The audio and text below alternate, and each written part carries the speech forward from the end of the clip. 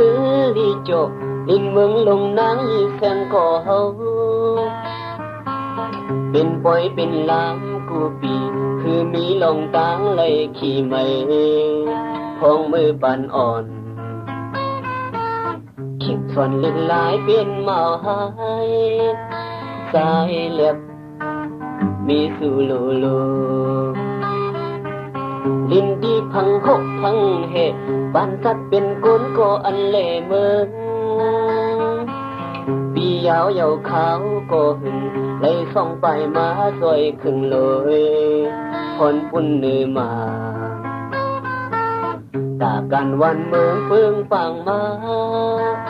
เกิดยินพี่ไปเข็นหายใส่ถึงวัดพังลาจ้องลงมือโตใส่ถึงแทงกองมูนางยีเสียงก่อใส่ถึงดีห้องเห็นเขาสอนปีงาใส่ถึงที่เฮาหาใกล้นั่งอุกกันแต่เงาไม่สามสาโทงปักวางเยานั่งสอบหิมกันลาดความหักอ่อนเฮาสู้กันดีกัดเย็นวันหนึ่งอยู่ดีเลยเพียวขึ้นหิมกันอยู่นานเท่าเยาก็ปอขึ้นหกสื่อทั้งสู้เงาเฮาห้ามเศร้าผู้ในอันเคยตีเมื่อส่องกังใส่นางเหมือนนังสายก็คำคงเป็นสื่อล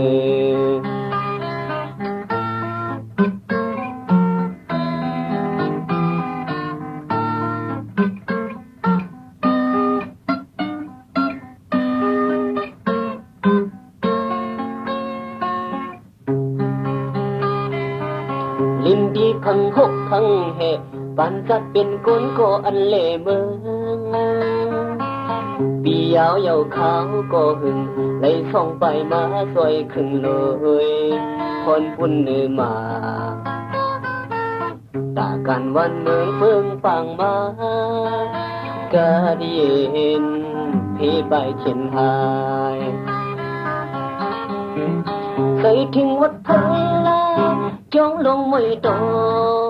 ใส่ถึงแทงกองมูนางยีเสียงก่อใส่ถึงดีห้องเห็นเขาสอนปีงาใส่ถึงดีเฮาหาได้นั่งอุกกันแต่เงาไม่สามสายโทงปักวางเยานั่งสอหิมกันลาดความหักอ่อนเฮาสู้กันดีกัดเย็นวันหนึ่งอยู่ดีเลยเจ้าขึ้นหิมกันอยู่นางเท่าเยาก็ปอขึ้นหบสู่ทั้งสู้เงาเฮาห้ามเศร้าผู้ในอันเคยตีเมื่อส่องกลางใส่นางเหมือนนังสายก็คำคงเป็นสื่อ